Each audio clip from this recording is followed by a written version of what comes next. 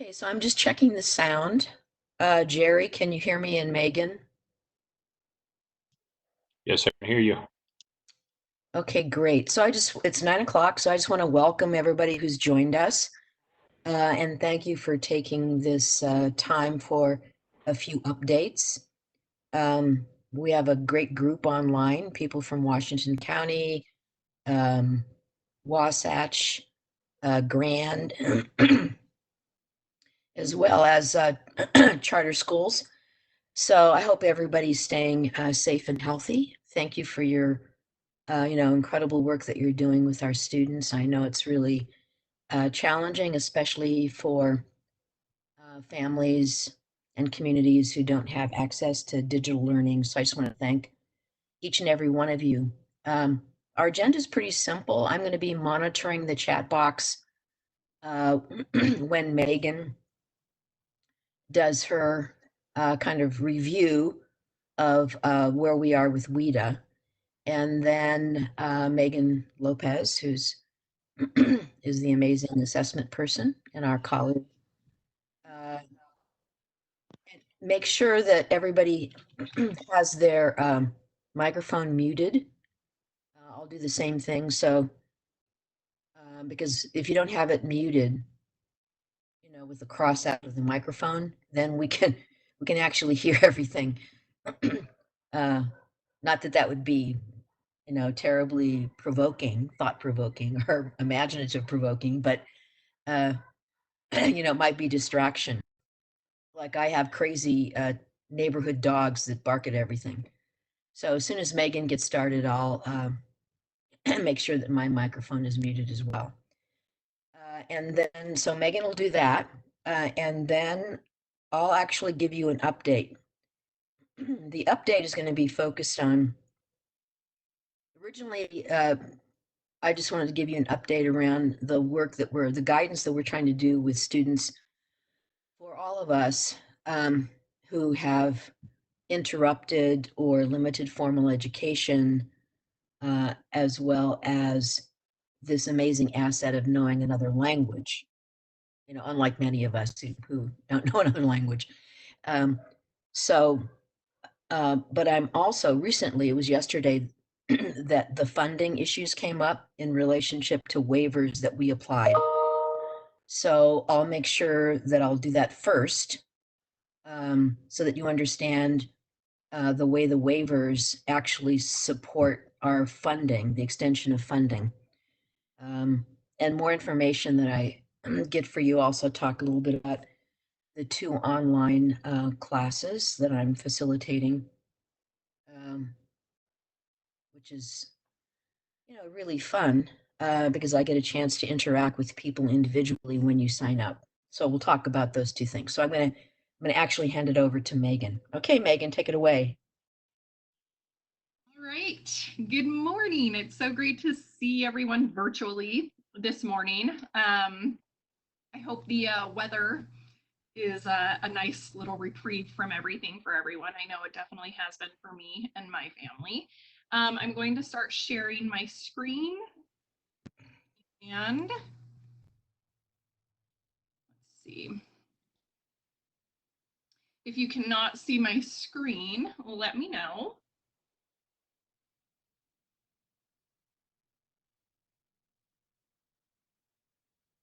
All right. Are we good? Yep, take it away. Perfect. So if you have any questions, please put them in the chat. I won't be able to see them as easily, but Christelle's going to be monitoring the chat and she'll just pipe in if you have any questions. So I'm going to give you a quick update on WIDA.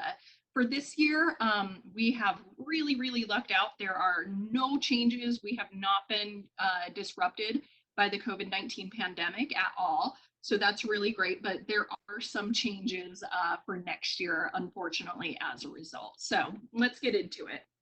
So first, just as a reminder for your access dates for this year, the deadline for shipping was quite some time ago. This is just a reminder to let you know that if you still have not had a chance to get your materials in, um, do know that your reports will be delayed. And on this screen, you can see how those reports for delayed materials coming back will be reported out. But for Utah, we're really fortunate because we finished all of our testing before DRC and WIDA had to go into shelter in place and shut down their warehouses, and all their employees had to start working from home. So all of our tests actually got processed about 2 days before they had to close down their warehouses. So everything for Utah is on time and going to be delivered for this access session. So what that means is you will be getting your online reports on the 1st, so really soon. Keep an eye out for those. The online reports will be coming. And then we are still planning on having the printed reports sent to the districts, and you will be receiving those by the 13th.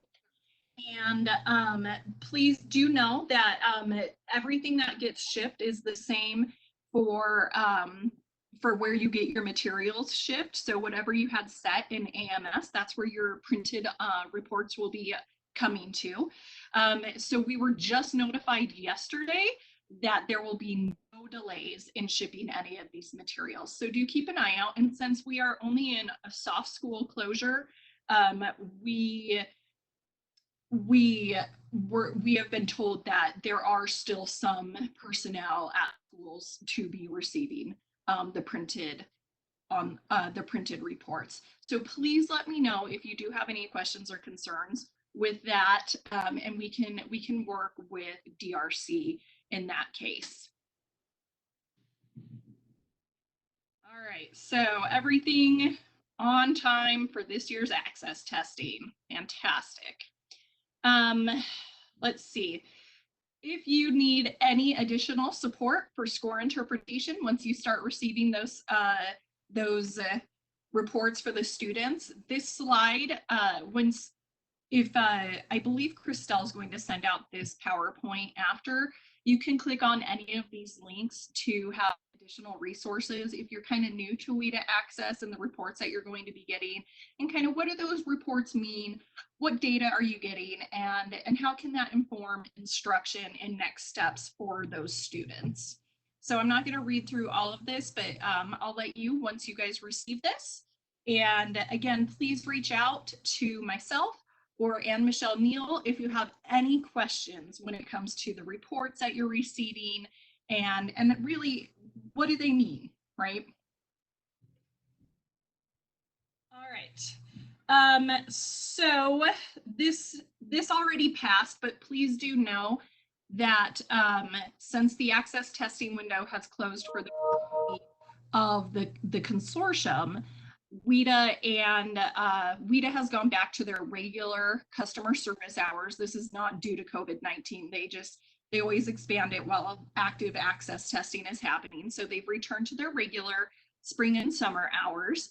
So, and please note that the times that you are seeing, the central time.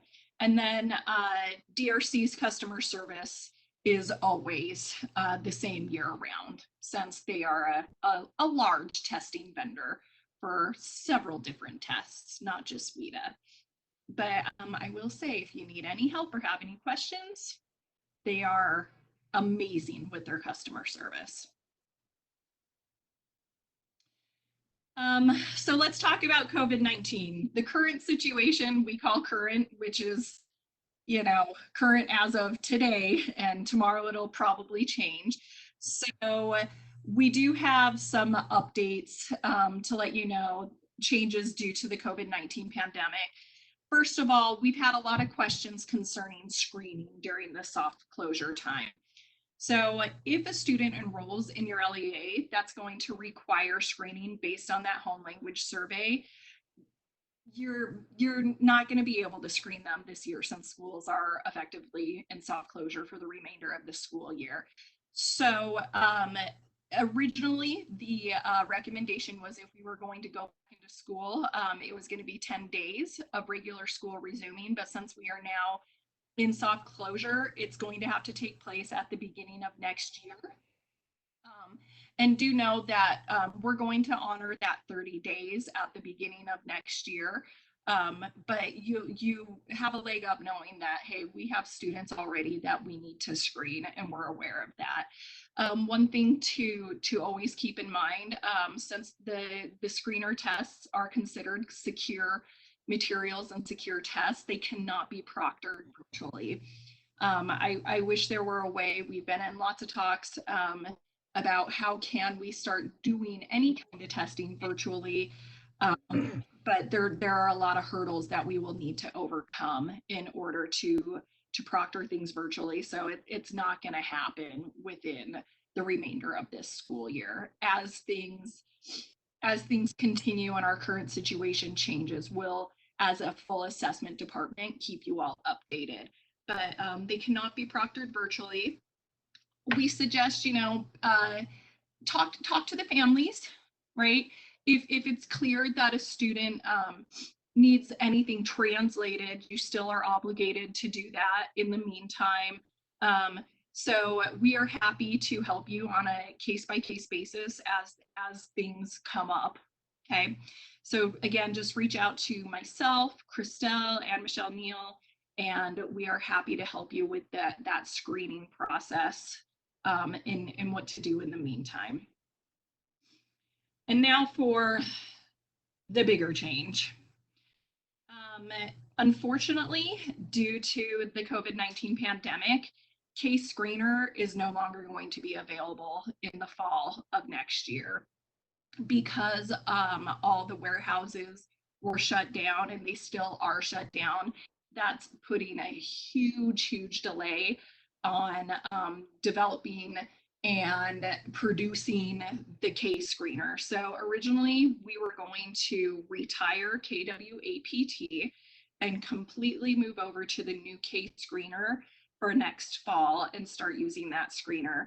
Um, because of all the delays and the shutdowns, the K screener will not be available till probably winter now of next year. They're estimating March, and so with with that knowledge of not knowing, is it going to be March, is it going to be April, we decided that for next year, we have to use the KWAPT in the fall, but we're just going to stick with KWAPT for the entire year since there's no guarantee screener will now be available.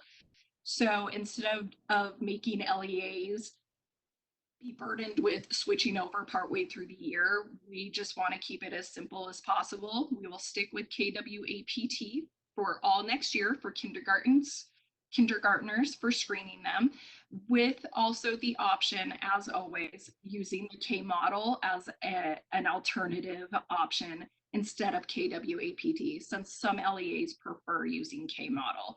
Remember, if you do choose to use K model as your kindergarten screener, that is a choice that the LEA makes, and it is at a cost for the LEA has to pay. But because Utah is a consortium member of WIDA, you do get a discount for using that. So that is the biggest change that we have to announce at this time. We have already planned and started scheduling case screeners. So we will start doing case screener training. Sorry, that's what I meant, scheduled case screener trainings for test administrators. We're going to start offering them next spring through the summer.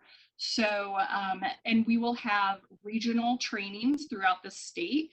Normally, we only just do one in one area of the state, but because this is a new assessment, we will be doing southern, probably a southern, central, and northern Utah trainings for administrators to learn how to administer the case screener. So, and just as a heads up, the case screener, the new case screener, it's very similar to the kindergarten access. So I'm so sorry to have to tell you that case screener, which we were all very excited about, is not going to be released now. Next year, we are still going to use KWAPT or K model. So we will keep you updated as more updates come out about K-Screener, but plan on KWAPT.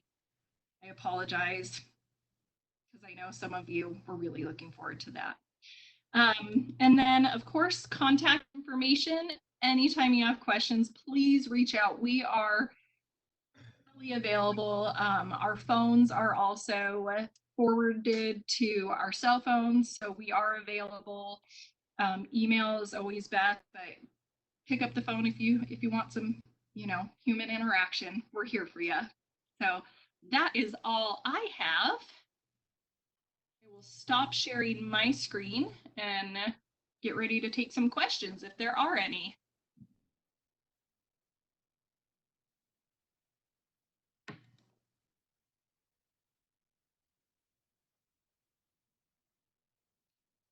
Okay, I see one from Beverly. Will online reports be on Data Gateway?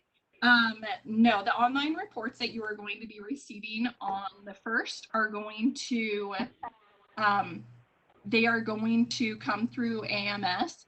We do not upload the reports to Data Gateway until September, and that is still planned. So normally mid-September to end of September is when they'll be available. The reason why they are not on Data Gateway is because the state needs to go through our state level data validation, which you all just finished at the LEA level. So if as you're getting your reports, you start noticing, hey, there's a couple discrepancies, or we missed a student, we had a duplicate student, so their scores need to be merged. You can start sending us that information, and when our data validation, which is at the beginning of June, once you've had a chance to see all your reports, we can start fixing things on a state level, and it gets sent back, and then we have to start going through the process of, once everything is corrected, then it gets put in the data gateway. Megan, this is Katina. I just have a quick question. I have a new ALS person. Is there a summer training or anything like that on the KWAPT? Because we had started training her, or Alex had started training her on the screener and then stopped. And so is there anything, because he's leaving, right, in June, is there anything that she can do? So unfortunately, because the plan was to retire KWAPT across the consortium, there are no longer trainings offered for that. The only training that is available and still will be available for KWAPT is just online through the WIDA account and secure portal. So that's the best one to do. But again, if you have any test administrators that have any questions about how to administer the test, you can contact me anytime, and I can walk them through where to access materials, and then the trainings that they will need to do to administer those tests. And if they need accounts for WIDA AMS or the WIDA account and secure portal, please just send me an email with first and last name and the email address, and I will set those up immediately. I hope that answered your question, Katina.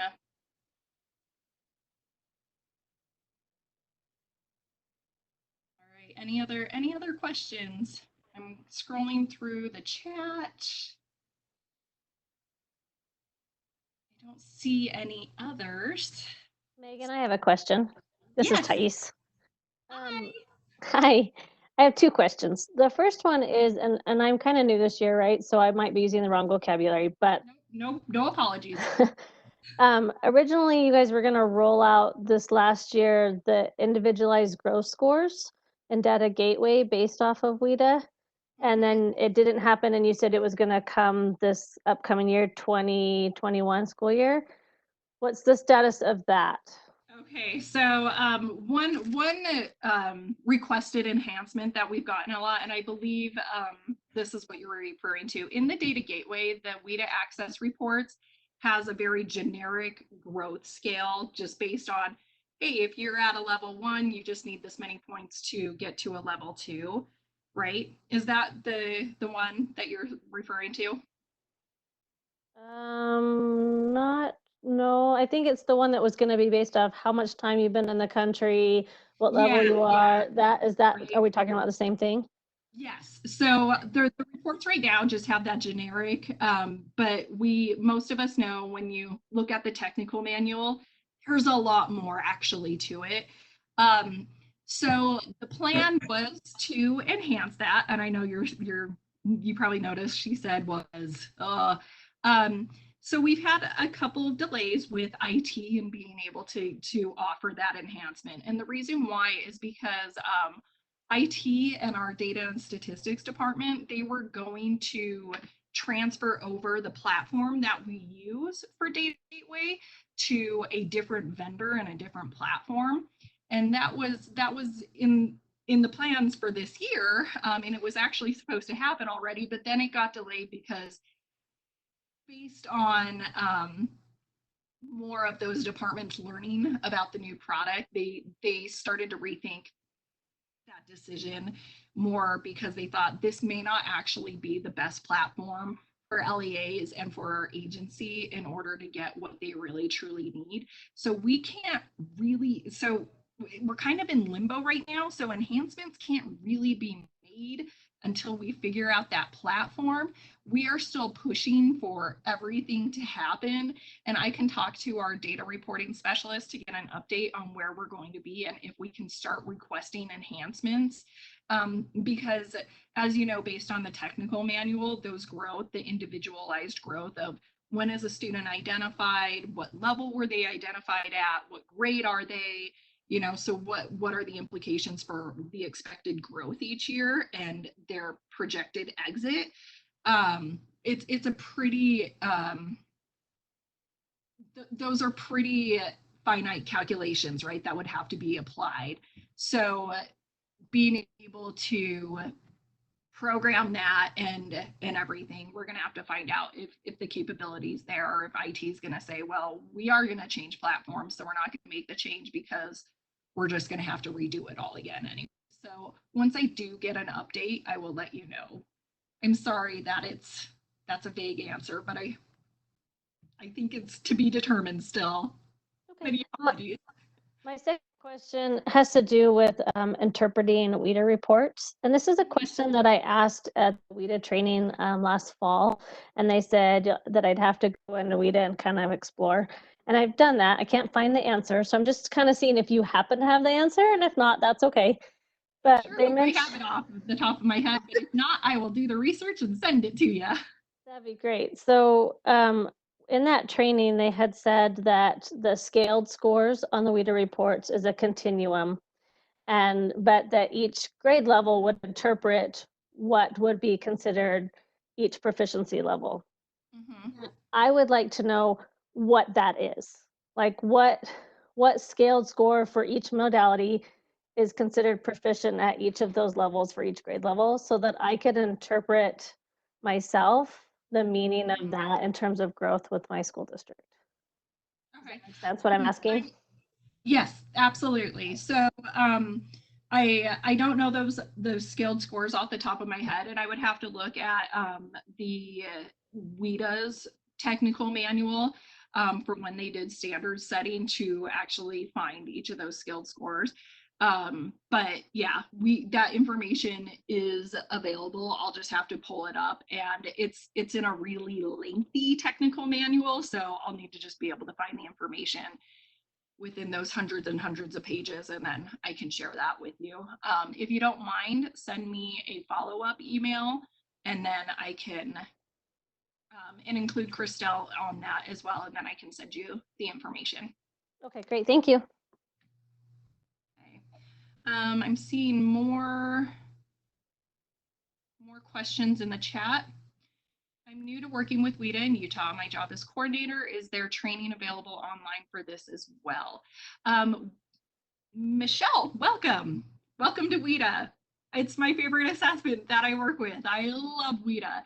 Yes, there are actually trainings available for test coordinators when it comes to WIDA. We will start doing those trainings. We're going to announce them. We've started scheduling them. they're kind of planned for August. I'm hesitant to start sending out information right now because we don't know if they're going to be able to happen in person, but there are test coordinator trainings that will be available in person. If they are not available in person, I can link you to resources online. There's not a test coordinator online training, but I can link you to resources that you should review if you are new to being a test coordinator for WIDA. Or if I'm actually testing, because we have a person that comes in, like a part-time employee who's been doing the testing for a long time, and she does that.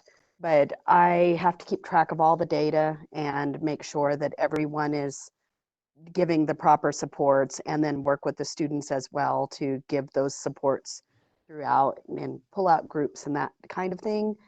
So I don't know. She said the title is coordinator, but I don't know if that's different than the testing coordinator. Well, you might be doing everything. And if coordinating everything is a little different than just being a test administrator. There are test administrator trainings online that I can help you with. Again, just send me an email letting me know exactly what your needs are. I'll make sure you have the proper accounts and access to everything you need. But if you are considered a coordinator, you don't actually do test administration. You do a lot of higher level, yes, data, making sure students are entered correctly, all that kind of stuff. But if you are a test administrator, that's just actually giving the tests, and there are online trainings for that. So just let me know once you have a firmer grasp on your role. Let me know and send me an email, and I'll make sure you have the proper account access, and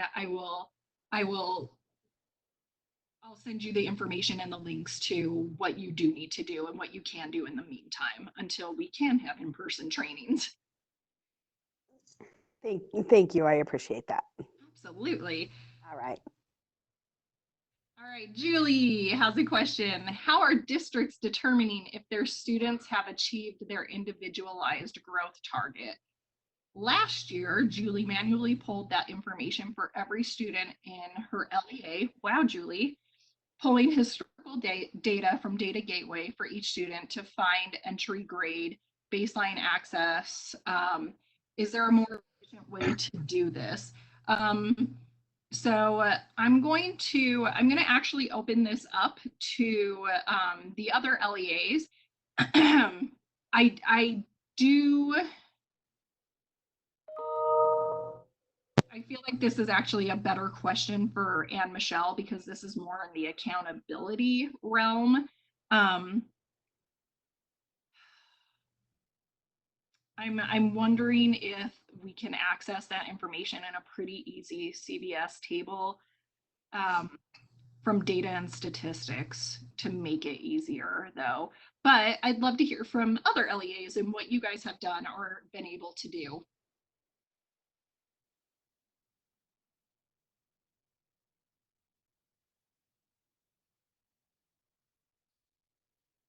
Feel free to jump in at any time, and unless the silence means we haven't come up with an efficient way. Hi, Megan. It's Jennifer. I did the I did the exact same thing. Had to check every single one in Data Gateway. So, good question. So Jennifer wants to know as well. Thank you. Can you hear me okay? We sure can, Julie. Thank you. I just, my teachers need to know and we need to know so that we can determine even a 1.0 growth looks great until you look at the table and you realize that student needed 1.2. So that's why I took the time to manually do it. And I thought maybe there's someone else smarter than me that knows how to do it. I know it will go faster this year because I've already gone through and counted how many years they've been in our state and found the table that I need to be paying attention to.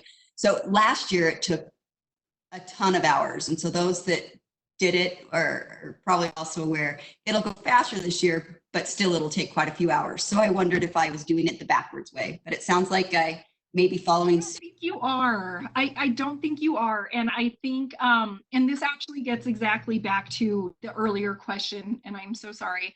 Thais, I hope I said your name right. I know I butchered it probably a million times this year. What she was getting at earlier, saying when can we actually have those individualized tables on the WIDA access reports? So that is something we do want to make available as an enhancement on the data gateway access reports eventually.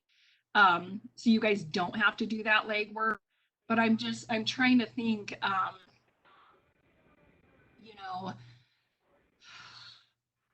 back to like if there's any easy way that we could download it into a CVS file or something, you know.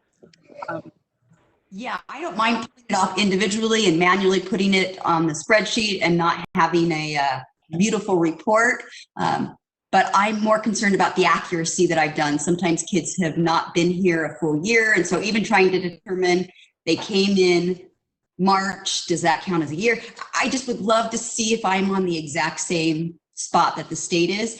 And I know that it's just an issue that we don't have the report. So it's nothing against you guys. I just thought, is there a spreadsheet, like you said, a CSV? Yeah, CSV. List? Yeah, but that's okay. If it's not there, I know what to do and I know how to do it now. Yeah. And one thing though to note, we, Anne Michelle has actually been working on our accountability technical manual. And one thing that Anne Michelle and I worked on over the last couple of weeks is in the appendix, we have added specific examples of how to calculate students' growth and exit targets. So with saying like a student has entered at this point in the year, and this was their initial score, this is the table you're going to place them on starting here. So we are hopefully going to republish the updated technical manual. I want to say in the next couple of weeks once it's gone through the final checks, but there will be a little more clarification and kind of case study examples for how to choose which table the student should be placed on and why, and you know, give a little further clarification. So hopefully that will help also in the meantime.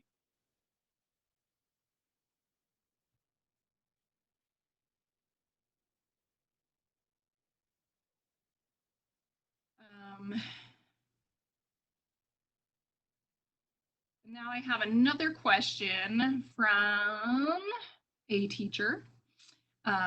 Is there any way that we can share the scaled information with everyone? I'm going to have to find out based on which version of the technical manual from WIDA's technical manual that it's in, because there's certain versions that can be shared publicly. There's certain versions that cannot be shared publicly. So I'll have to get a little more clarification on that. I can share specific grades and stuff like that. Let me look into that. I'll put that on my to-do list. And if I can share it out, I'll share it out via Christelle. Let's see. I know that the state isn't ready to add that to the state's report yet, but is there a better way to gather the information than the method I took last year? Hopefully, Julie, we addressed that based on what Jennifer said. It sounds like people are just doing the grunt work right now, unfortunately, until the state is ready to move in that. Katina said, this is what Alex Key has done for our school at Guadalupe Charter. So it sounds like they've done that. Again, everyone's doing the same thing. It sounds like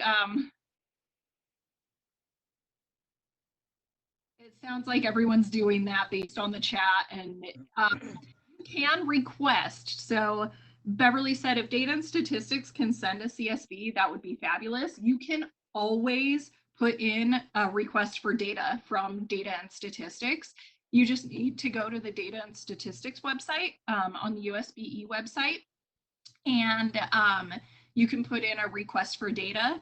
And since you're an LEA using it for a specific need, it should not take very long to get it approved.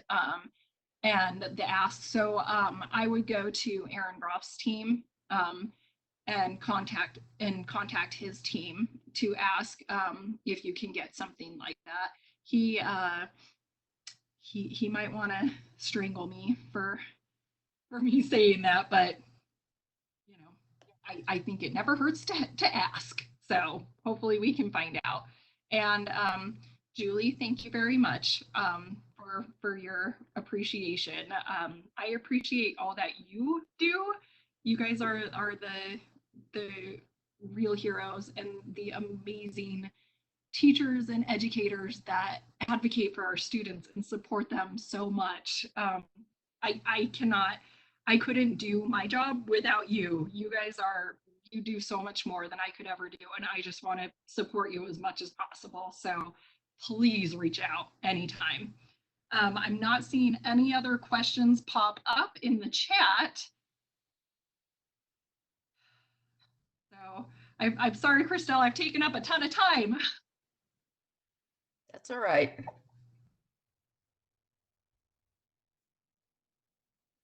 All right, I'm going to mute myself now and I will, I'll monitor the chat for you, Christelle.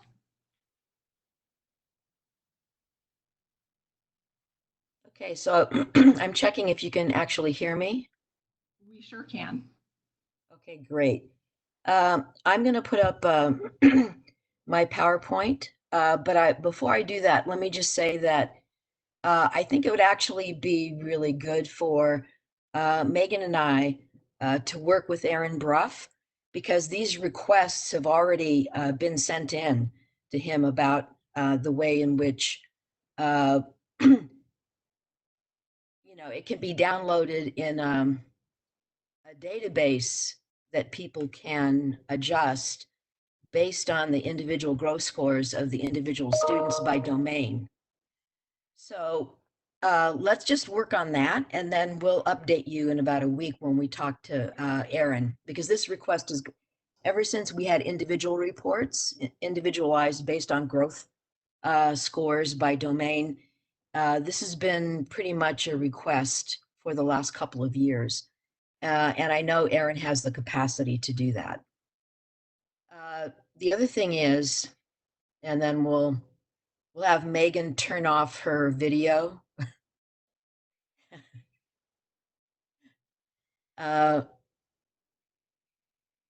Is if you could just ask questions, or you could actually send them to me by email, which always ends up being a lot better. Okay, so let me see if I can share my screen.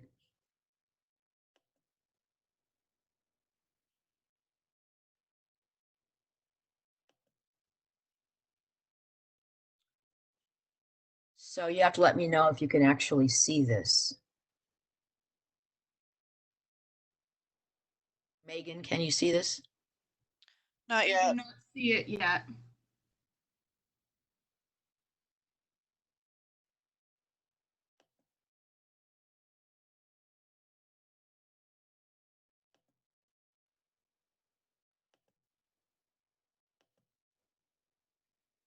How about now? Yes? Yep, we see it now. Okay, good.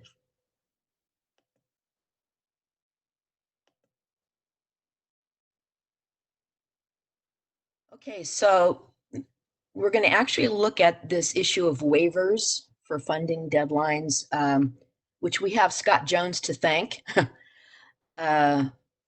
He was really on top of this, and so I think that'll make all of us less stressed out in relationship to funding. And the funding I'm talking about ends up being, well, you'll see the TSI as well as the Title III and immigrant funding, where some districts actually qualified based on the federal approved definition for immigrant related to 3 years of not being in the system.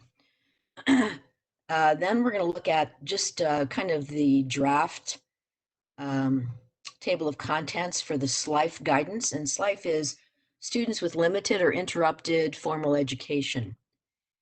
And we've done some interesting things there, and I'm going to send you out the third draft to all the ALS people and all the people on our distribution list. So you can either ask questions or suggest changes, because this, issue is incredibly challenging for lots of reasons. Evaluation of transcripts and placement in programs and thinking about newcomers and all of that. And then we'll just be open for questions. So this is an attempt to encourage us to really stick together in this time. I've been inspired by the work that educators have done. There are these amazing stories. One story that I love is that when we started the soft closure and students didn't have access to computers, teachers and refugee resettlement agencies, they all went out to check. And then a high school teacher actually got on the phone with students with Comcast to ensure that they had internet access. So these are amazing examples that we not only should be proud of, but the profession of teaching is more than uh, providing information, but it's really about equitable access. So I just wanted to give kudos to everybody, people at the districts, teachers, other people in different agencies who've been so incredibly supportive. Now, the reason I'm showing this is most of us know that the anxiety around this, not only for educators and for people who focus on funding, but also for taking care of ourselves and our families. So here's the data, the extension of fund availability for fiscal year 2018 ESEA funds, state fiscal 2019 funds. So it's set to expire on September 30th, 2020. It's now available to go all the way until 2021. So Megan, are you looking for chats, questions, or anything? I sure am. And so far, people are just agreeing with what amazing work they're seeing in their LEAs. Yeah.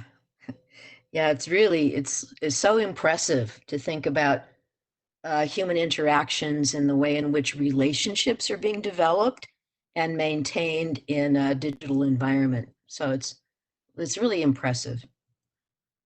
It is, and I mean, I talk to all my friends all the time, and they always took educators for granted, and I can tell you now, they never will again. They never Yeah. will again. You guys Yes. are incredible.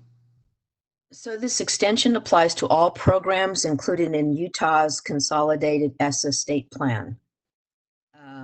And if you look at all the title programs, so I just put this in there so you can not be anxious, because I know that many LEAs, end up accessing supplemental funding for state funding through federal programs. And so Title I, Part A is, really, and this includes the whole issue about comprehensive school improvement. So your schools that are in your districts or your charters that are in CSI. And I saw somebody from Entheos, I think it's Merkley, and I just wanted to give a shout out to him and Entheos. They did amazing work. I spent time with the faculty. They have a fabulous faculty. And they were one of the first schools that was actually hit with the COVID virus. So Esther Blackwell, who's an amazing administrator, they worked consistently so that they could end up being out of turnaround this last year. So again, it's this combination of um, administrators and teachers and parents and kids really focusing on their academic achievement. So a shout out to Entheos. Also, part one, part B of Title One. So it's all the state assessment and formula grants, the funds for USBE. And we can talk about CARES later, the latest stimulus package, when I find out more information about it and how that funding is going to be distributed to ensure, those three transition phases, like our current urgency phase, and then the transition phase, as well as what could happen in the fall. Migratory, so it's part C of Title One, part D of Title One. So all of these funding streams, you have another year. And of course, Title III, Title 4A, 21st Century, which is the after-school programs, rural and low-income programs, McKinney-Vento for homeless. And there have been lots of amazing stories about educators reaching out to homeless children, and this work that's being done with some new families who actually came into the country and are being supported by caseworkers, Hannah at IRC in Salt Lake. So the Utah Grants Management Team is going to update the period of availability. So you don't, even though I'm giving you this in a PowerPoint, you don't have to be all anxious, because in the Utah Grants Management System and in their team from Financial Ops at USBE, they're going to be updating the period of these grants and the availability, so you don't have to be stressed out about it. The biggest thing is, there was a really clear definition, and I know I saw Beverly from Canyons on here, and when you fill out the self-assessment tool to identify the impact of long-term professional development that's sustainable, it ends up being a challenge. And so what the feds have actually done is which I think is interesting, they understand the implications of this for COVID. And so the previous professional development paid for using with these funds, it's a waiver to this definition, which actually means that LEAs may now use these funds for standalone professional development to meet COVID-related responses, including time-sensitive, one-time standalone training. So do you see what this is? Do you see what this is doing, which I think is really interesting? Is it's actually adapting federal definitions in relationship to self-assessments and compliance issues about sustainable work and how that's funded, to looking at the integrity of the LEA to determine how they want to use Title III funds in relationship to their response to COVID, which I think is really, considering the bureaucracy in the federal government, I actually think it's really responsive to the crisis that we're facing and what the needs of educators, based on the needs of the students and digital learning and the way funding can be used. So again, I think this is, really trying to emphasize the issue of flexibility and innovation instead of being hamstrung around compliance issues, which again, I think is really important. So Megan, you want to check and see if there are any questions? Because all of this will be monitored by the Utah Grants Management Team in the system. So you don't have to be incredibly anxious about this, because make sure that the BA, I don't know if the BAs know this, or the people that you work with who are administrators or whatever, but make sure that they know that there's this incredible flexibility and responsibility to the way in which Title III funding is actually can be used to support teachers and the initiatives that you need to do based on what the students need. We are good with questions. We don't have any yet. Okay, great. Now, this is the document that I'm sending you. What we're doing is we're just looking at the outline of the table of contents. So the biggest issue would be that you could email me if you actually see that there's something missing in the table of contents that you're concerned about. Now, remember, this is about students with limited, looks like there's a question. Did you see that, Megan? I do. They really appreciate the webinar. Michelle is asking how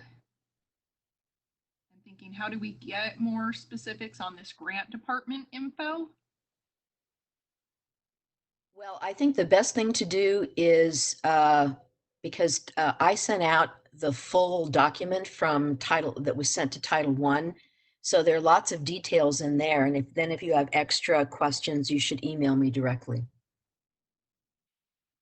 And then from Stephanie Rowley, just to clarify, the TSI-EL grant funds that were awarded will also be extended to September 30th of 21. Is that correct? Yes, but when I actually looked at the what was actually sent out from Becky Donaldson, I didn't see that specifically noted. I'm pretty sure that that is the case, but I will check with you. I'm setting up a meeting with Tammy Long, who does Title III and TSI for EL, but also the new CARES funding, emergency funding. We're going to meet, and that just came out because there's lots of negotiation with that. So we will actually focus on how the CARES money can be used, because from what I understand, the CARES money is going to be allocated based on Title I allocations. So that would be a document that Becky Donaldson sent out to everybody in Title I schools, and that I sent out to Title III schools. So if you have any really specific questions related to that, then you can just email me. And then Beverly wanted to piggyback on that and just say, so I guess more clarification, the PD waiver is the same for TSI funds. Yes. Okay. And then again, more clarification though, from Katina is there funding for TSI schools? Because she was under the impression that there was not funding from the state, but the funding was supposed to come from their LEA if it was a TSI school. Yes, so yes, that's true. The school improvement money of 2018, this is kind of a delicate question that wasn't actually used.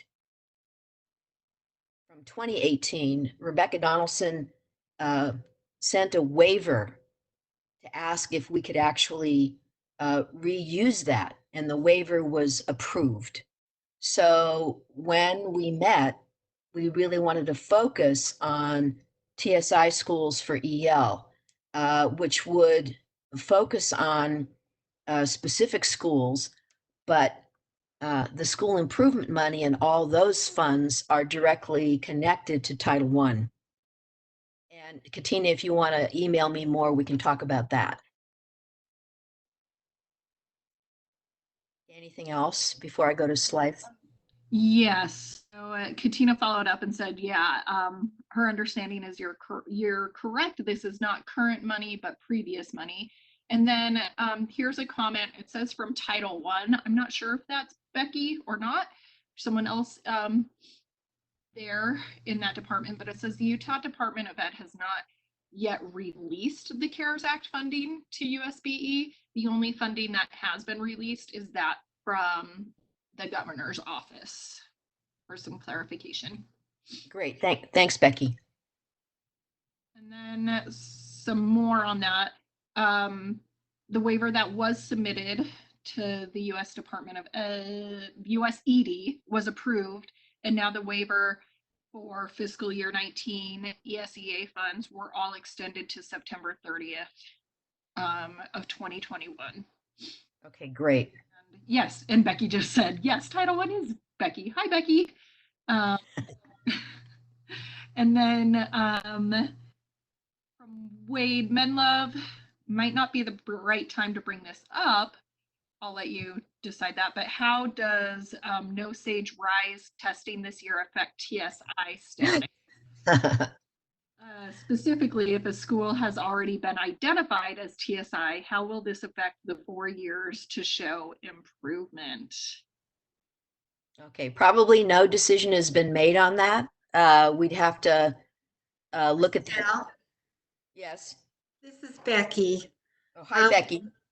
When USBE, Darren Nilsson applied for the waiver to the U.S. Department of Education to waive giving the state assessments this spring in all 50 states, Puerto Rico, Washington, D.C., all entities across the country have received that waiver of the spring assessments.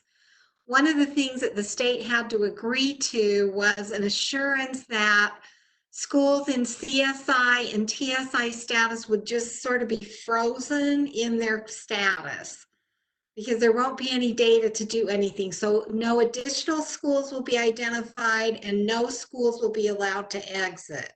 So they're just sort of holding, they're in a holding pattern right now. Thanks, Becky. So Wade, does that help?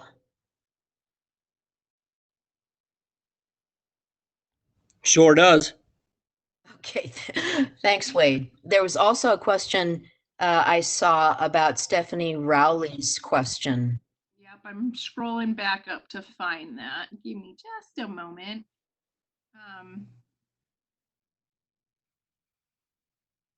So hers was the TSI EL grant funds reported will be extended. So I think This is Becky Donaldson again. Yes, those TSI funds were any of the ESEA funds from your fiscal year 19, any money that was awarded through fiscal year 19, all of those funds for all of those title programs that Christelle showed earlier on the slides are now all extended to September of 2021. Normally, those funds would have expired September of this year. But now there's an additional year to expend those funds. So that includes any of the TSI funds were actually part of the Title I school improvement funding that we gave some of that funding to Christelle to issue out to you to support TSI schools that were identified for students who were English learners.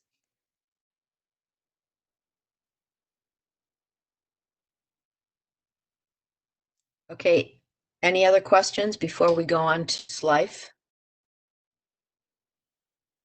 there are not any at this moment. Okay, great. Becky, thanks for joining because I didn't really know that other aspect. So you're a real trooper. I just want to give a shout out to Becky Donaldson because every single morning since we've been teleworking, she sends us a morning good morning, an email that's always really positive and connects all of us to each other. So she's quite an amazing person. So I'll just say that I won't embarrass her anymore. Okay, so let's look at students with limited and interrupted formal education. Now, remember, I'm just going to review the table of contents, and then you're going to email me things that you see that are missing, right? And then I'll include those and send out to everybody on our distribution list. It's like a second draft. I had people who were from the resettlement agencies and then people at USBE as like the first initial, and also districts, and most people don't really know this, that, you know, Alpine has one of the highest, besides Granite, um, population for immigrant students. So this is really important. And this document is for students with limited and interrupted formal education. So they could be immigrants, they could be unaccompanied minors, they could be refugee students. You know, it's a wide range of students. And so we're trying to provide the kind of guidance that would help you actually identify them. So I'm just going to go over the outline. And remember, this is recorded. I'll send you out both Megan's and my PowerPoint as well, so that you can actually look at it, talk to people, and think about what's missing from this guidance.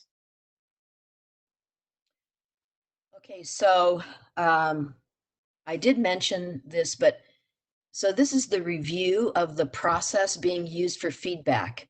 So phase 1 for feedback, it was USB assessment. So Megan spent wonderful time on this and looking at it and making commendations and recommendations for changes. The Refugee Collaborative, which is all the resettlement agencies, as well as adult education. We're trying to figure out how to do this effective transition for students who come in, as secondary students, right?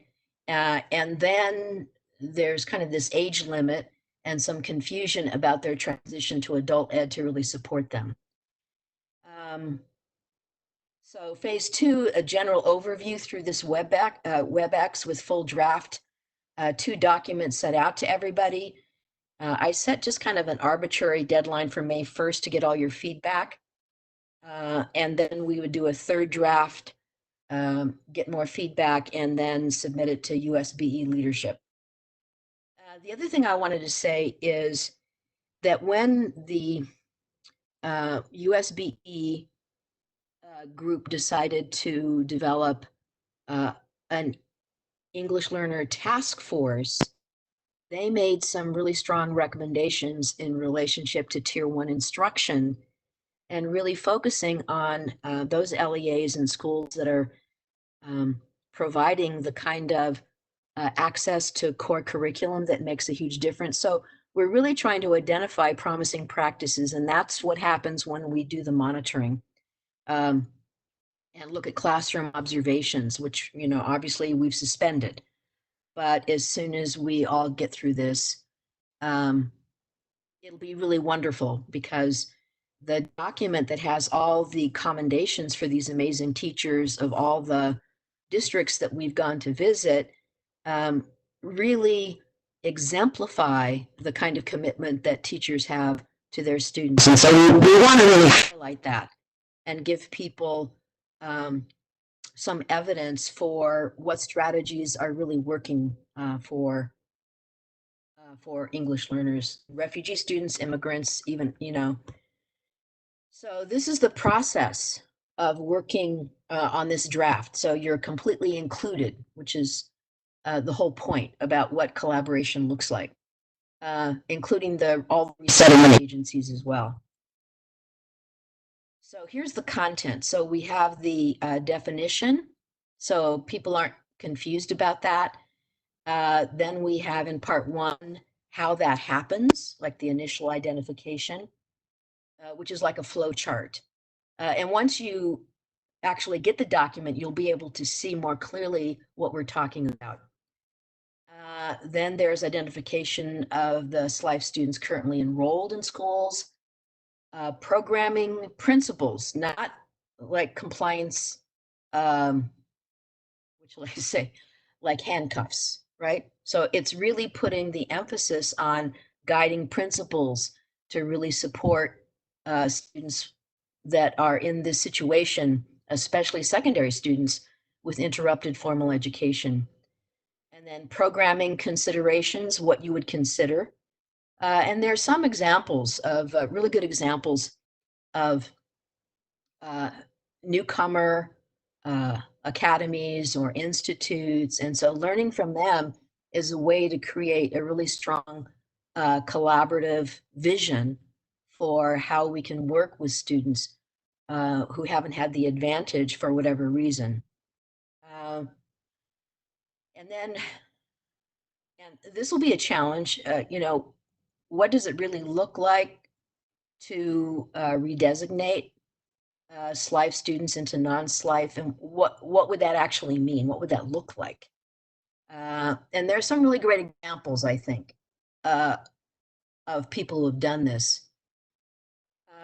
Remember, students with interrupted formal education usually are English learners, and Title III accountability is now in Title I. So this goes across the board in relationship to how funding is used and braided, right? And there's some really great examples of districts. Provo is one example that does a weighted per pupil allocation with Title III based on their individualized language proficiency level. And then you can actually see in the way they organize it that other funding streams can be used. So Becky Donaldson is a really good one because we've really focused on the way in which the federal government has loosened up and created flexibility to braid funding so that,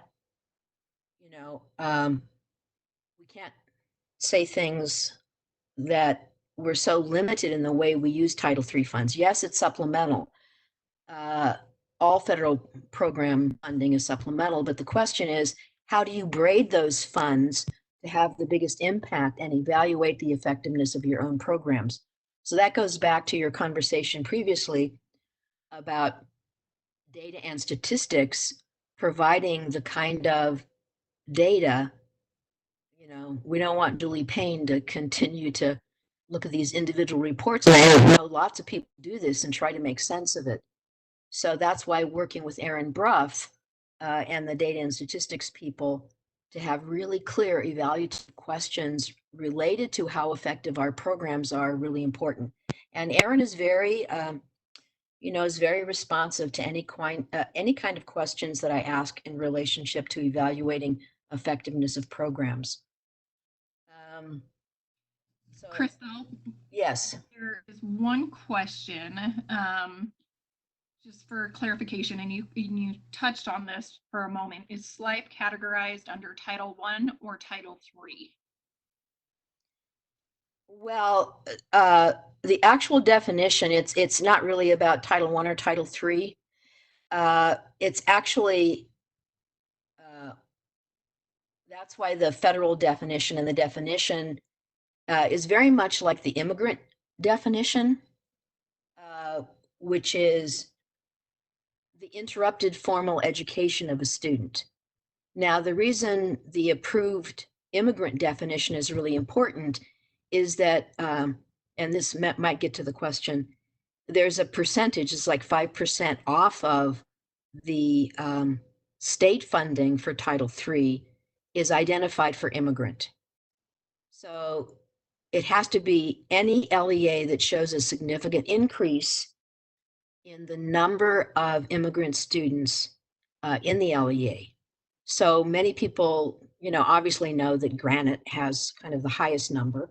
So they get some funding, immigrant funding. Many people don't really know that Canyons actually is the second highest increase, and they get the next highest, it's Alpine. So it's Alpine and then Canyon. So it's Granite, Alpine, and Canyons. And the reason this happens is in federal law, based on creating a consortium of those LEAs that don't have the minimum of enough immigrants at the 10 to allocate $10,000, then they can be in a consortium with Title III funds. It's kind of confusing, and I can send out more details to clarify.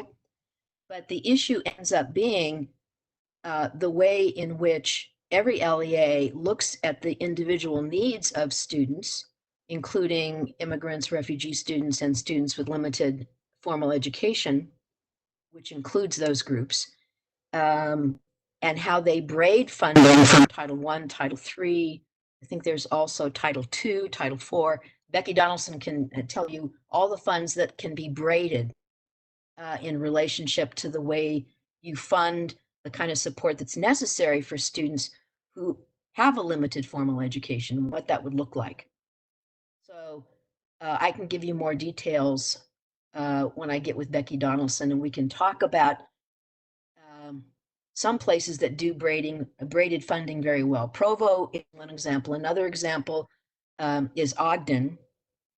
Ogden is changing the way in which they allocate funding based on the individual needs of the student and the way in which they're allocating those funds to the schools. So they're all really amazing examples of how you leverage funding so that it's not simply an issue of Title I or Title III or state funding for at-risk students. So I hope that answers, it gives you a little bit background. I'll just go over this and then we can open again. So one of the reasons there's this whole issue about effective transition is this ended up has been coming for a long time. But Stephanie Patton, she's in the next cubicle next to mine.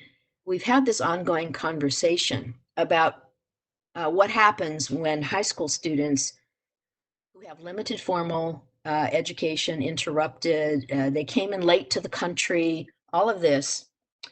And then what happens when, the families and they actually try to transition into adult ed.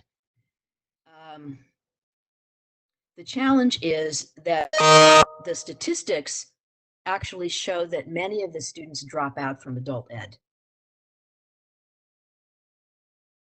So someone asked a really good question about would part two talk about braided funding.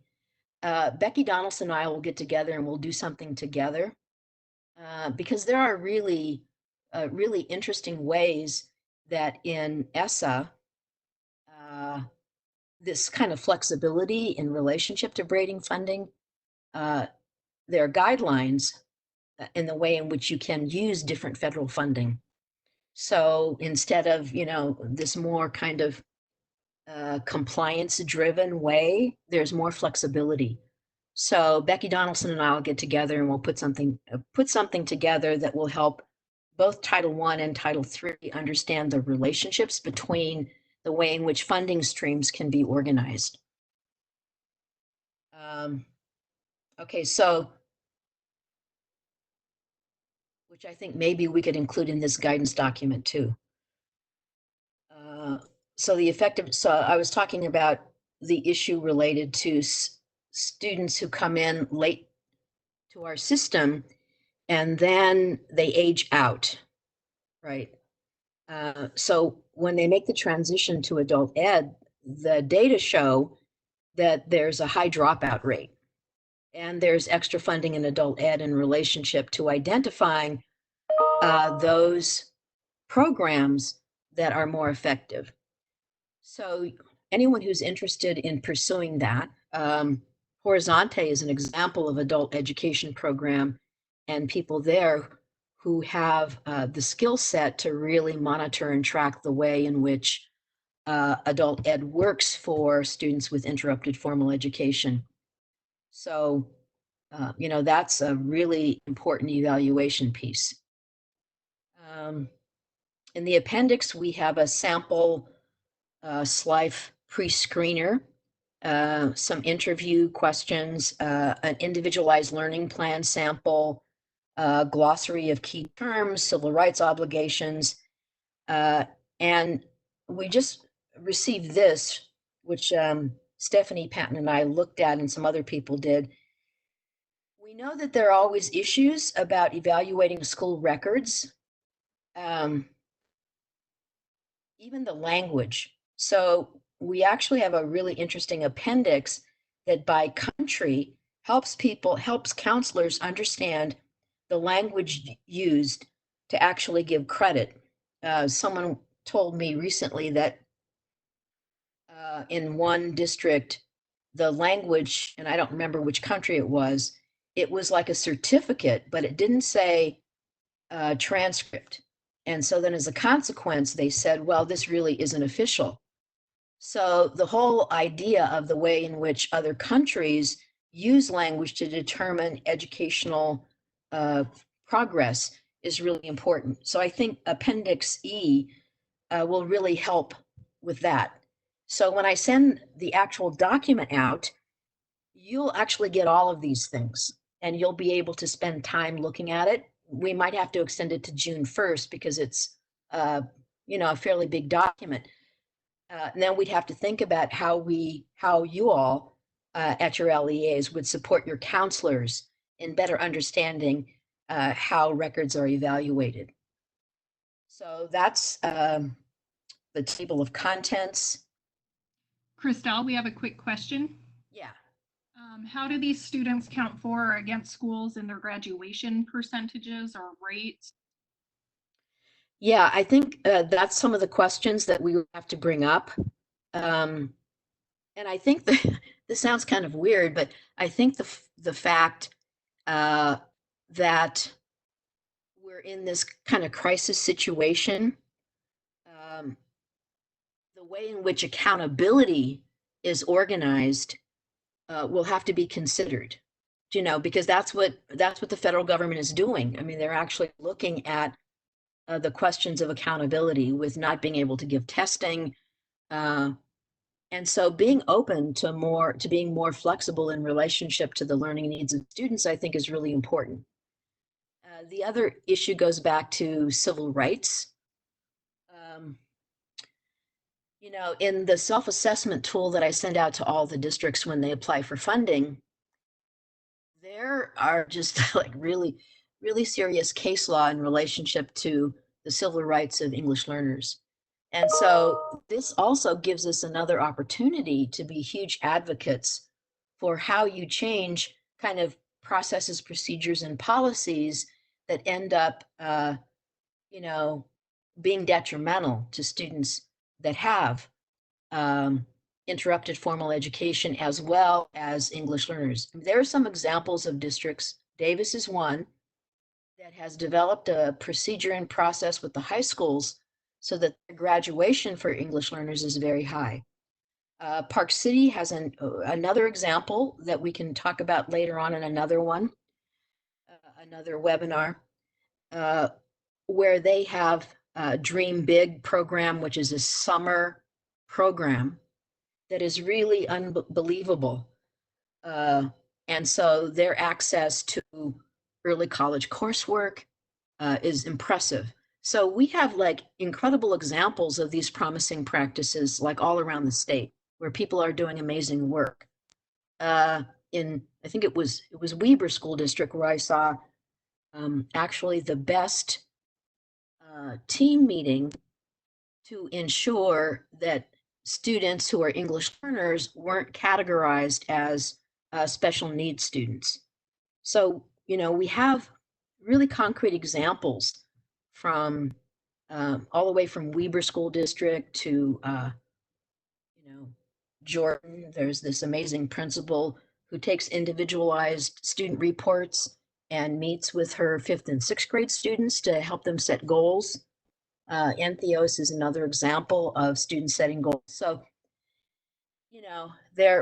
we're lucky because we have so many great examples, but the question ends up, how are those disseminated and how much flexibility do we have to be more innovative driven based on the needs of individual students instead of compliance driven?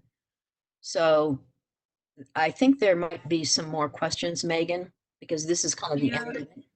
Yep, there sure are. So there's a comment saying appreciation for Appendix E because it'll be helpful for more than just life students. And then will there be guidance or recommendations when students come without school records? Yeah, when we actually look at these two different documents, there are these amazing documents around what that would look like. And Megan and I specifically will get together in relationship this goes back to this continuing issue from the feds who have created this really flexible way in which you assess the um, the content knowledge and the experience. And when you look at the documents, it might help you as well to see how you would actually assess what the student needs and where the student can be placed. So once you look at these documents and you can look and see how helpful they are in relationship to, understanding the family background, the needs of the student specifically in relationship to the assets they actually bring. See, the point um, is that multilingual learners, that's an advantage. They have assets that, us monolingual speakers don't. So for the future economic development of Utah, how do we maximize this? One example is the dual immersion programs, but the question ends up being, is that a focus on literacy in the heritage language, in the first language, or is it something else? So we have all these really amazing opportunities to leverage the language wealth that we have in Utah and changing the whole idea about, remediating ESL students so they become language proficient, which is not the point. It's about how they have equitable access to grade level content so they can have access to post-secondary education. And there are some districts that are doing that very well. So I hope that, in a nutshell, answers some questions. Anything else, Megan, before we finish? Just a couple of wonderings, I guess, thoughts, not exactly questions. Okay. So if they are not counted against them for graduation percentages, I think that they would approach how they helped SLIFE students differently. Yeah, I think, I think that's really the point. I think the question ends up being, that's why I ended up working really closely with Stephanie Patton, right? Because she's over all the programming and the work that's being done in adult education. So maybe the question is, when they transition to adult education and reach a certain level, then that wouldn't be counted against, graduation. You know what I'm saying? I'm just thinking it's a really interesting way to think differently about how you identify accountability in relationship to the support for transition to post-secondary education. We should really be talking, like pre-K 16 more than just high school graduation. But this gives us an opportunity. Anything else, Megan? Yes, let me scroll. So some more thoughts from my experience. This comes from Hannah. From my experience, there are some stereotypes that refugee high school students believe about adult ed programs that make them not want to continue onto those adult ed programs, such as they will get stuck at the adult ed school and never graduate, etc. We need to also think of how to address these issues with all students and let them know these are viable options to obtaining a high school equivalent degree. Yeah, so uh, are you finished, Megan? Yep. Okay, so Hannah, there are people on this who are not just ALS directors and charter school people, but also refugee collaborative colleagues who are caseworkers that are doing really, they're like unsung heroes and they're doing incredible work. Hannah's one of them at IRC. And this goes back to the ultimate question about the way in which the culture of every single school focuses on ensuring that equity is a criteria, right? I mean, that's kind of the point. And the other issue is how we use student data to evaluate the effectiveness of programs. So that's why I'm working with Stephanie Patton, Horizonte, and other adult ed programs, and also Asha Para at the Refugee Training Center to really focus on redefining what adult education actually looks like. And I'll just put this one piece in, and it also goes for all the English language arts classes that I've observed. Uh,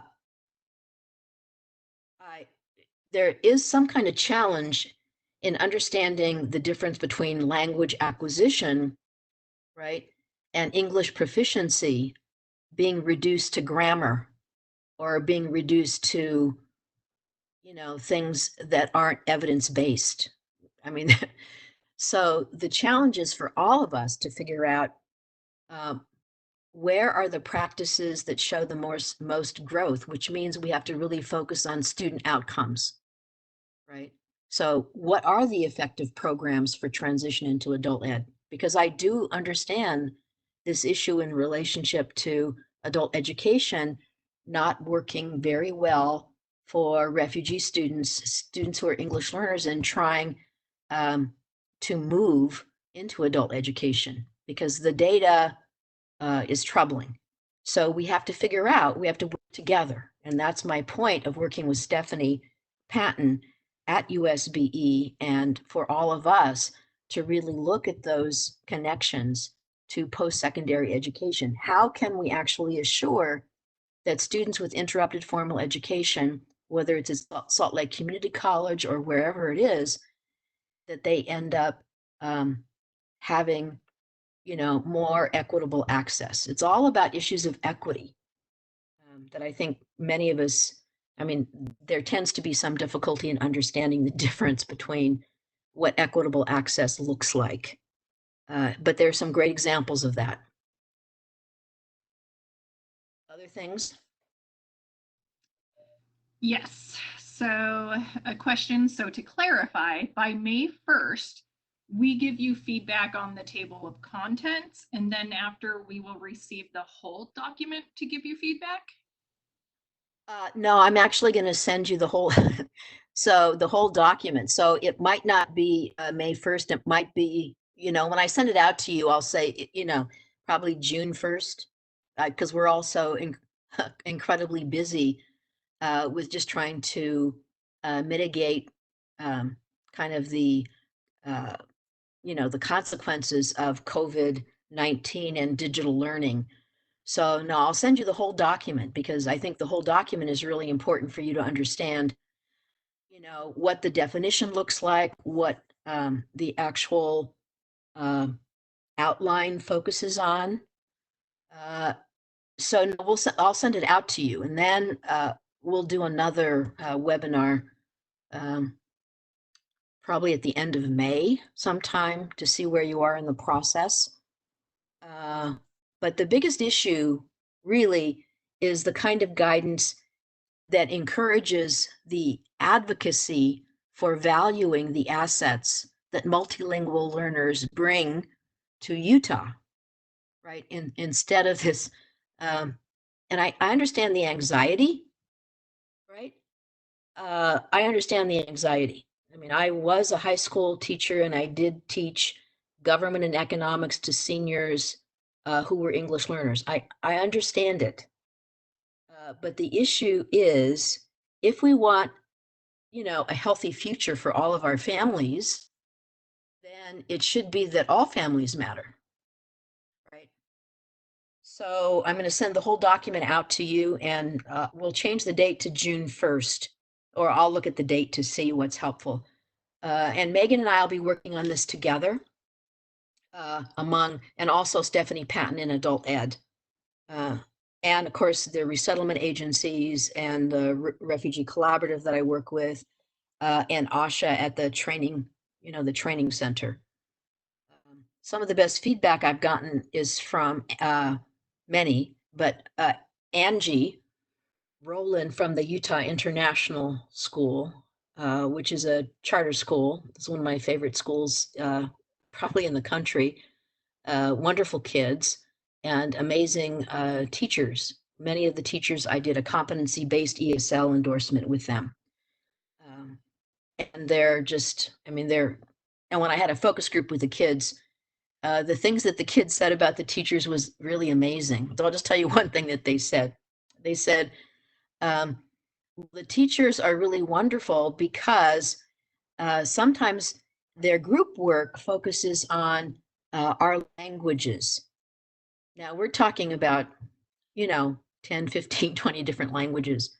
And one of the best engineering teachers I've ever seen in my life teaches in that school. So, we have all these really great examples of multilingual learners um, being supported in a way that creates uh, opportunities for their families and their communities and their neighborhood and provides, a multilingual environment in Utah that's very, very precious. So that's a thing to be proud of. Any other questions or wonderings? Yes. All right, so do the program recommendation sections include supporting the learning of academic cultural components, supports needed for the families as a whole, i.e. community support, etc., and sheltered instruction elements in general education classes? Well, all those you'd have to actually review the document and then send your recommendations for that, and we would include that.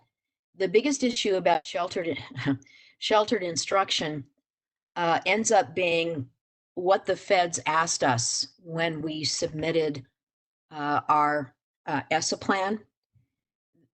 They actually said that the real question, and these were 4 peer reviewers from all across the country, they said, how is the state agency going to ensure that every English learners has access to grade level content? Right. So ultimately, the onus is on us to work with regular education teachers to ensure that that is happening. Right. Not to mention, because and also the ESL, the EL board task force.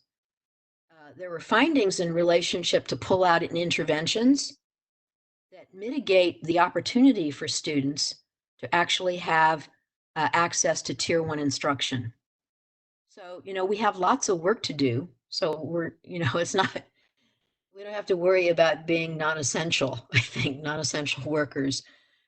So these are the things that people are saying, whether it's a unanimous vote from the board, believe it or not, which is pretty unusual, based on really identifying ways in which English learners have access to grade level content, whether it's high school or whether it's kindergarten.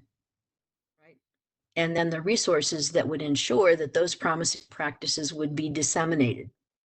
I mean, it is amazing when I go to schools and you see one 4th grade teacher who's doing the most amazing job in a rural district with English learners, that are integrated in because they don't have as many. And the way in which teaching is happening is making grade level content in science accessible. So, those are the things about being, an adult who is always learning, and we're always learning from each other. So we have to think of those venues where we can learn from each other. My intention was to have a refugee summit meeting, which we can't have now, maybe when we're open again in the fall, to really share those promising practices where everybody would be invited to learn, with and from each other. And we can do that digitally as well. Anything else, Megan? Nope, just comments about the Utah International Charter School is just the best school to work with. And Mitra has had a great experience working with them. Oh, me too. Me too. If anybody has I have a lot of friends there, a lot of kids who are friends. Their focus group, their focus group of all the many, many focus groups I've had in high schools. And then afterward, where I reported back to what the kids said, the teachers and the principal said, "Oh, they actually know that we're teaching in a way that meets their needs."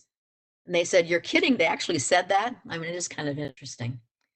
So, yeah, I think we're very, amidst of all this issue that we're having and the challenges. So I'll go to the last slides. There's lots of research on positive psychology that experiencing joy and contentment in small little things, it's like Megan's baby walking, or it's, you know, uh, my refugee. She's kind of a refugee. She's a rescue dog from the Navajo reservation. She's still kind of a pup. She's very timid, but she has now this amazing bark that scares me. So she's now my official security dog, even though she's afraid of birds. So, you know, taking joy in these things and being grateful. I know someone actually has a gratitude log every night that they put in what they're thankful for, because these are hard times and we have to really support each other. And the second component of living a happy life, again, being thankful. There's all this kind of data about economic growth doesn't really correlate to well-being. And I kind of put this together because, you know, uh, this calls for being together. It doesn't call for finding all these differences and being divisive. I mean, I don't see the point in that. The second thing is this amazing quote. It's about uh, common humanity in relationship to the isolation that we feel. And of course, this is interesting because this is from Albert Einstein. So, and he didn't really know English. He knew science, but he didn't know English very well. He learned it. So a human being is part of the whole, called by us universe, a part limited by time and space. We experience ourselves, thoughts, and feelings as something separate, misspelled, from the rest. And then what he says, which I love, it's an optical delusion of consciousness. We're not really separate. We're all connected. And what does that mean? It means that widening our circle of compassion to embrace all living creatures and the whole nature in its beauty. So really focusing on the beautiful day that we have today in Utah,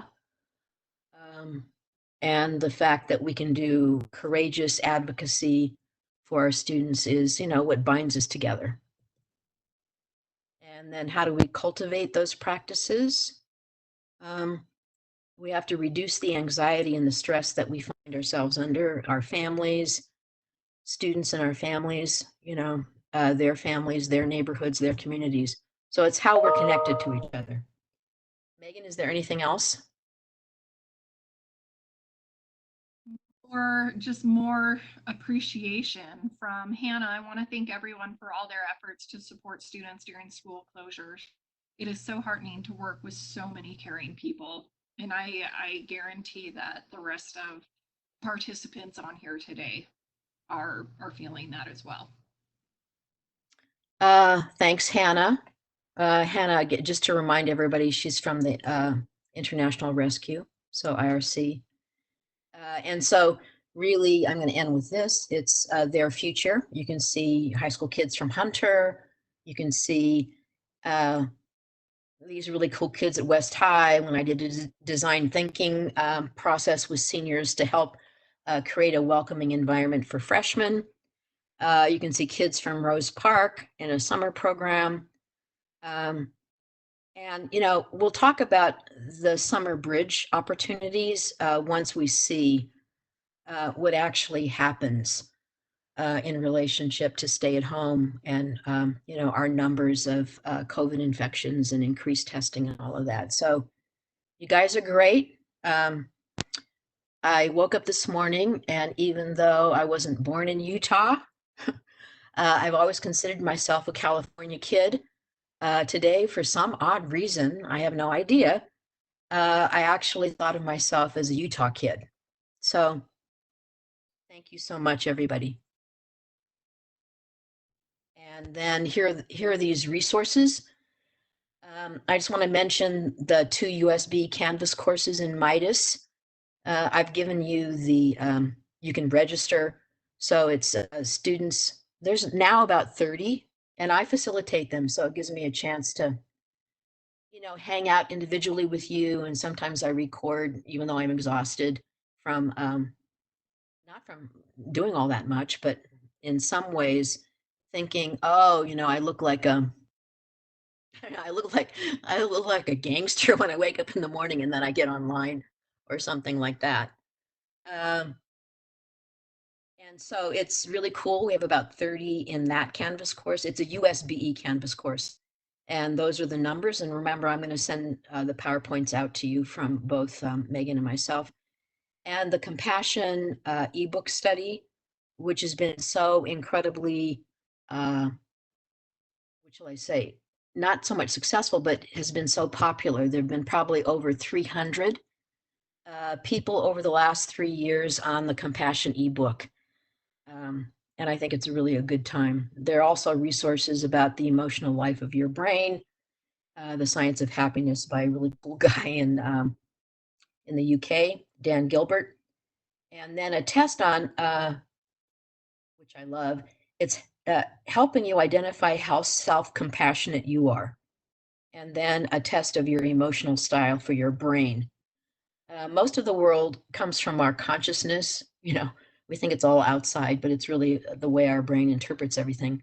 So these are resources that I think would really help you stay happy and healthy for your family and for your kids. So I just want to thank all of you for your incredible dedication. We have a lot of more comments of just thanks and appreciation across the board to you, Christelle, and thank you, Becky. And I'm definitely feeling the love. I'm getting some emails right now. Thank you all. One thing that I'm going to add is thank you to Beverly Herman from Canyons. She actually had a PDF of the scale scores, so I don't have to go digging through the technical. Yay! And so I already forwarded that on to Christelle. So when she sends out the PowerPoints, she also will be able to send out the WIDA scale scores as well. So, and just reach out if you have any questions concerning those scale scores. Okay, signing off. Y'all stay safe out there, and I'm glad Christelle's a Utah girl finally. I'm considering a Utah girl as well. Although Seattle, I'm with Christelle. I'm loving Utah today, and I'm a Utah girl. You guys have a great afternoon, a great rest of your week, okay? Thank you. You guys too. Bye. Bye. Thanks, everybody. Thank you. Thanks. Thank you. Blue.